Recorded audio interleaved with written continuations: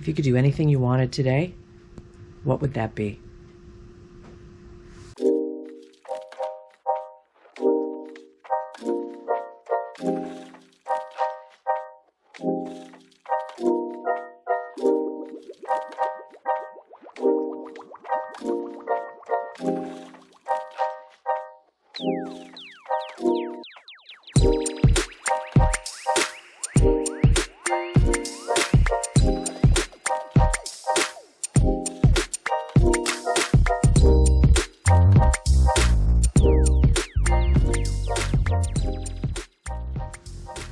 So let's do a little chat. Let's talk about this year that we've all had.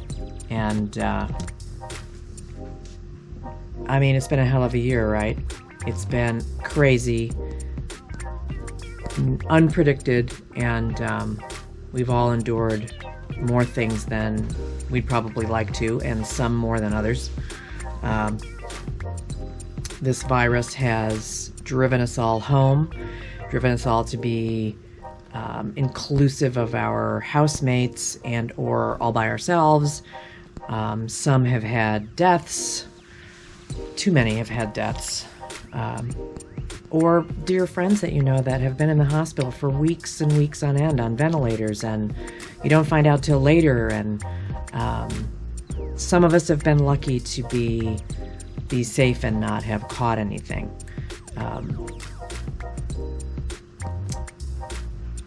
Sometimes I just don't have any words for this past year. I've had friends that were sick and in the hospital. We've had friends of friends that have passed away. Others that not even have any reference to the virus, but that have come down with cancer and other illnesses. And you can't hug anyone. You can't comfort anyone. You have to stay away from them.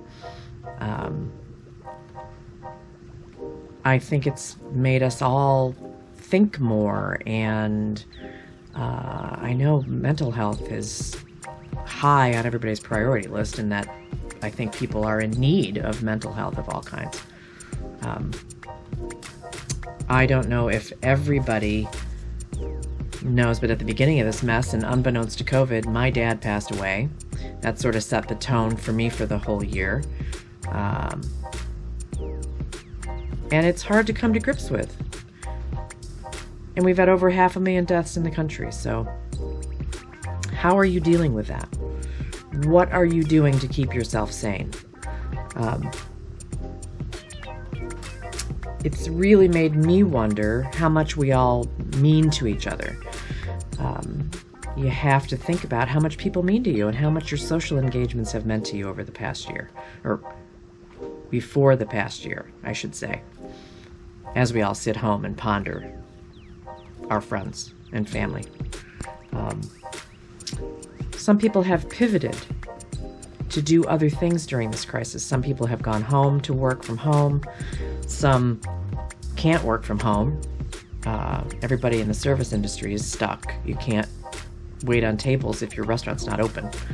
You can't be a bartender if the bar is not open to serve drinks.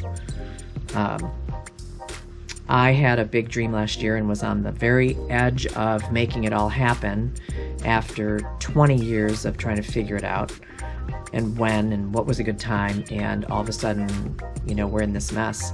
I still haven't figured out whether I have lost the dream, am making it into something else, am going to put it on a shelf. I haven't figured it out yet.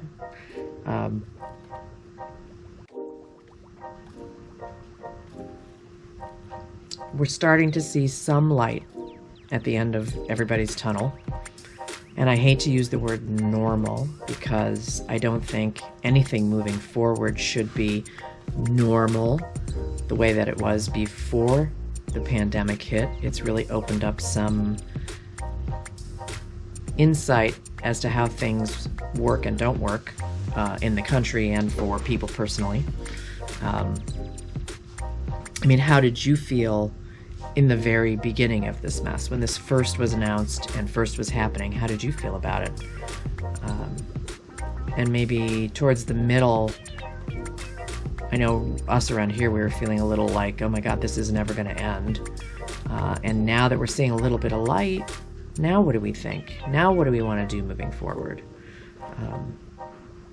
Do we think the status quo is still how things should be?